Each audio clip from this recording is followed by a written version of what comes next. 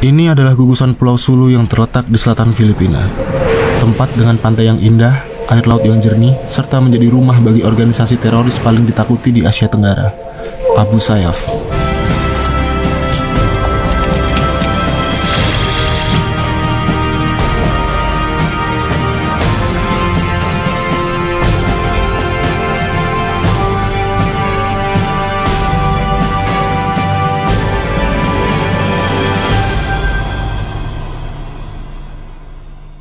Abu Sayyaf. Organisasi kecil namun mematikan ini adalah sekian dari banyaknya kelompok yang berjuang mendirikan negara Islam di Filipina Selatan. Konon, Abu Sayyaf didirikan dengan bantuan dana sebesar 6 juta dolar Amerika dari Osama bin Laden. Faktanya, kelompok Abu Sayyaf beroperasi layaknya kelompok kriminal. Meskipun Abu Sayyaf melakukan serangkaian serangan bom dan melakukan kontak senjata dengan militer, layaknya kelompok teroris, mereka juga diduga terlibat dalam penyelundupan narkoba, kekerasan seksual, dan yang paling umum, menculik warga sipil untuk meminta tebusan. Lives are in great danger. My name is Robert Hall. I'm a Canadian citizen. I'm being held hostage by Abu Sayyaf for 1 billion pesos. These people are serious and very treacherous. Take them seriously. Help us get us out of here. Penculikan orang sipil inilah yang menjadi sumber pendapatan Abu Sayyaf untuk mendanai operasi mereka. Dalam tempo 6 bulan, Abu Sayyaf bisa mengantongi 7,3 juta dolar Amerika dalam bentuk uang tebusan. Dan siapapun bisa menjadi korban penculikan. Cerita tentang kelompok teroris di Filipina itu dimulai di sini, di sebuah pulau kecil di selatan Sulawesi. Ini adalah Pulau Liukang Loe di Kabupaten Bulukumba.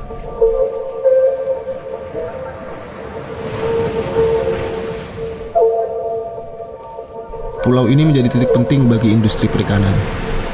Tapi kini, ratusan bahkan ribuan nelayan di sana memilih bermigrasi ke pesisir Malaysia, berlayar mencari ikan tepat di perairan yang dibayangi Abu Sayyaf.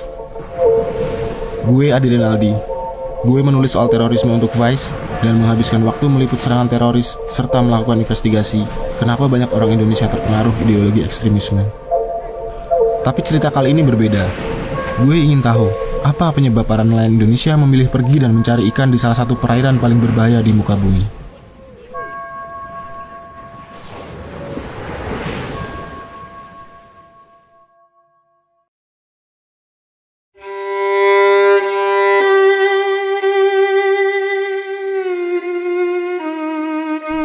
Pria ini adalah Subandi, yang pernah menjadi sandera Abu Sayyaf selama 20 bulan dan baru dibebaskan pada September 2018. Subandi adalah sosok pendiam dan sederhana, yang tinggal di pulau kecil yang cuma dialiri listrik selama beberapa jam. Pulau kecil ini mustahil menjadi perhatian dunia di tengah krisis internasional. Tapi, itulah yang terjadi.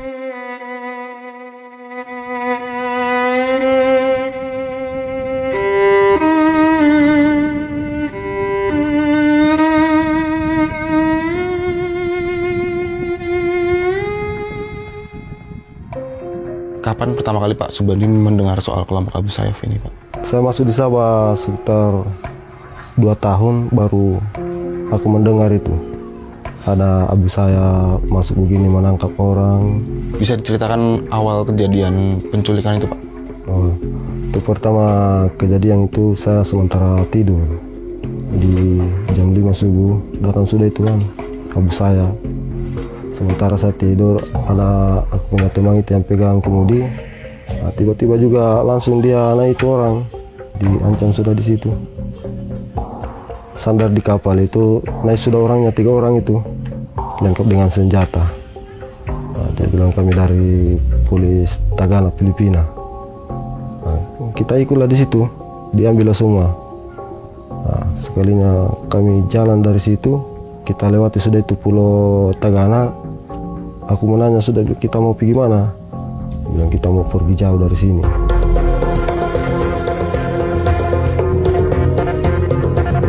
Pertama saya bang begitu memang aku bilang kita diculik sudah ini. Tidak ada sudah yang lain ini. Sebab itu patroli Malaysia selalu juga bilang sama kita, bilang kau hati-hati sebab biasa itu ada di sini speedboat yang besar itu dari Filipina itu. Kami turun di kapal langsung Pulau Sulu.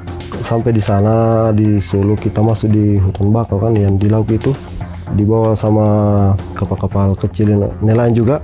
Lepas itu sekitar kita jalan 2 jam begitu. Di situ kita baru naik di hutan begitu jalan kaki. Pak, bisa diceritakan keadaan kamp tahanan waktu itu, Pak? Di sana kita di hutan itu tiada tempat seperti rumah-rumah tiada. Ada kalanya kita ketemu itu tentara di sana. Di situ tembak itu. Kejadiannya itu malam juga itu. Tiba-tiba itu langsung diserang itu. Di sana biasa itu dalam 1 bulan 3 kali, 4 kali. Setiap ada informasi masuk itu bahwa mau operasi, kita pindah tempat lagi. Pernah 1 kali 1 malam lebih jalan kaki baru sampai di tujuan kami itu. Abu Sayyaf itu takut sebab ada tahanan, jadi dia takut dilihat orang lain. Bisa diceritakan, Pak, ketika tahu pertama kali bebas itu seperti apa, Pak, hari itu? Jadi begitu siang begitu sekitar jam 10 ada sudah orang masuk sendirian. Dia bawa teleponnya, dia bilang kau mau bicara sama orang di luar. Habis ini ada orang mengurus, udah percaya bahwa kami masih hidup atau mati begitu. Jadi waktu itu siapa, Pak, yang menjemput Pak Subandi dari tahanan Abu Sayyaf ini?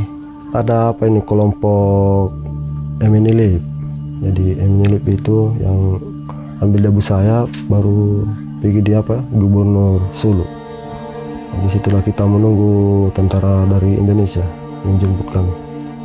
Ada rasa trauma gitu nggak, Pak, ketika baru pertama kali bebas? Masih macam ada ketakutan, kaget-kaget begitu. Sebab di sana itu di Abu Sayyaf selalu ada bunyi senjata, bom. Sampai di sana memang takut. Siapa tahu kita dipotong di sini. Sebelum Pak Subandi diculik ini, apakah Pak Subandi itu melewati batas negara Malaysia atau Filipina gitu, Pak? Oh, tidak. Sebab saya tahu juga ada juga tanda-tanda di GPS. Aku udah lewat juga keluar, tapi itu orang yang menculik memang dia masuk di di wilayah Malaysia. Itu adalah pengalaman yang traumatik buat Subandi. Sementara di tanah kelahirannya, ayah Subandi berjuang memahami bagaimana putranya bisa menjadi korban dari sebuah tragedi nun jauh dari rumahnya. Pertama kali mendengar kabar Pak Subandi ditawan di Filipina, bagaimana itu perasaan Bapak? Tapi sehari ini temponya nih tangkap itu. Perasaan itu di teleponnya itu mata. Saya terlalu pingsan. Anak kentering nanya pokoknya ringan saya enggak ringan kalau ngarit kabaran. Bagaimana itu kan ditangkap? Gua minta mana keno ada mereka pelas kita. Sebenarnya berlang si kurang tahun ini ruang tahun yang banyak ruang tahun kurang talung bulan ruang tahun. Setelah mendengar kabar Pak Subandi dibebaskan, bagaimana itu Pak reaksi Pak Satu? Sudah itu Korea jompoi Beturaha entah dari Jakarta. Sore ini raka ngasih untuk kalau ini dia jakon nih nganun pai nangur deket numera ngaruh nganu mintu ngupa panganun aja saya lanrak baji.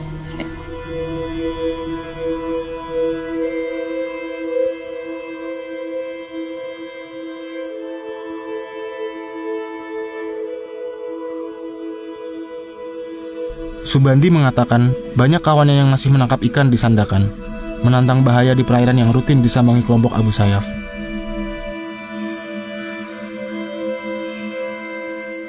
Abu Sayyaf aktif sejak akhir 80-an.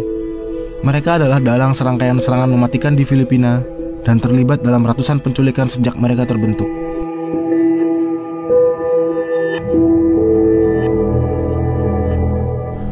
Dulu warga Indonesia tak pernah menjadi target.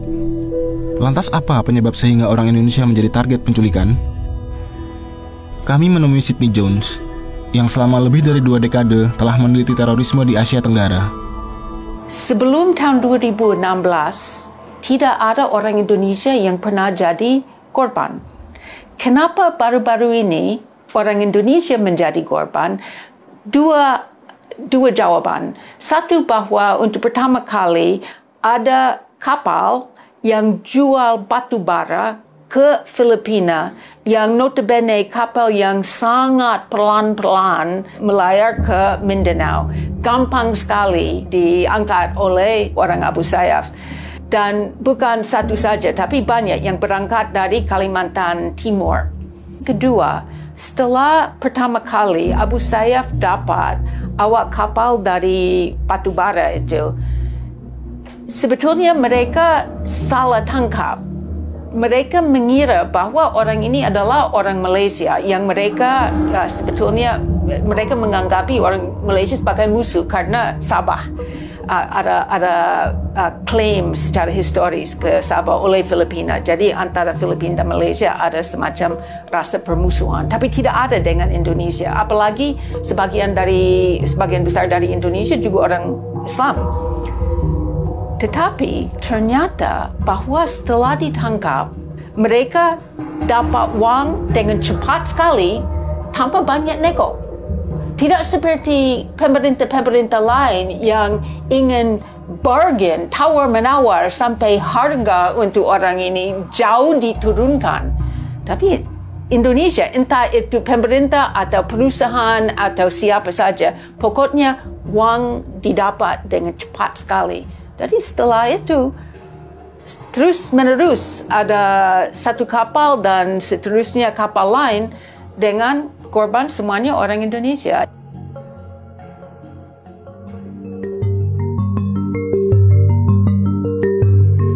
Kendati penuh risiko, nelayan Indonesia tetap beroperasi di perairan Sandakan. Gue ingin mencari tahu apa yang membuat kawan-kawan Subandi tetap bertahan di Sandakan, meski itu berarti mempertaruhkan keselamatan mereka. Akhirnya gue memutuskan untuk pergi ke sana. Sayangnya, gue nggak tahu apa yang bakal menanti di sana. Seluruh kota Sandakan sedang siaga penuh. Sejak media lokal mengutip sebuah laporan kredibel akan adanya serangan Abu Sayyaf. Media lokal melaporkan dengan detail tentang rencana Abu Sayyaf. Dari berapa jumlah anggota yang akan terjun, hingga senjata jenis apa yang akan dipakai. Kepolisian lokal mengatakan hanya butuh 30 menit bagi militan Abu Sayyaf untuk menculik dan kembali ke markas mereka di Sulu. Gue penasaran, seperti apa kehidupan para nelayan di Sandakan dengan segala risiko itu. Orang ini adalah Pak Syahir, pria kelahiran Bulukumba yang masih melaut di Sandakan. Pada saat Subandi diculik, Pak Syahir kebetulan berada di lokasi yang berdekatan. Jadi Bapak kebanyakan menghabiskan hari-harinya di kapal ini ya Pak? Iya Pak, tinggal di kapal terus begini Pak. Inilah tempat kami mengadu setiap malam, setiap hari. Ini tempat tidur Iya, nakoda. Alat yang Bapak bilang bisa menunjukkan lokasinya itu yang mana Pak? Ini Pak, saya bisa buka sendiri. IPMS sama dengan Kota Hitam sembunyi di sini Pak, dengan secara rahasia supaya tidak kelihatan sampai sini itu ya. Jadi ini lebih seperti GPS atau? GPS lah ini Pak. Oh, oke. Ya. Nah, semalam saya ada di sini, Malaysia, dan sekarang terjadinya Pak Subandi itu kami di kawasan ini. Apa yang membuat Pak Syahir akhirnya memutuskan pindah dari Bulukumba ke Sandakan Pak? Di kampung itu kasihnya maklum dari kecil-kecil, kelas 3 SD Pak, saya sudah mati bapak. Semua saya nafkahi, ibu, sama dengan kakak, adik saya, sedangkan pekerja di Indonesia itu tidak cukup untuk lowongan kerja. Kalau dibandingkan gaji di Indonesia dengan sini, jauh beda Pak. Jauh beda memang.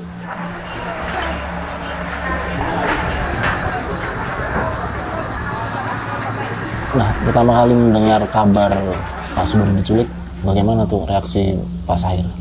Bah, disitulah itu munculnya saya bilang, aduh ini barangkali mau pulang kampus dan semua. Tapi saya pikir-pikir, kejadian ini bukan, motif persoalan ini bukan di Malaysia, ada di luar barangkali.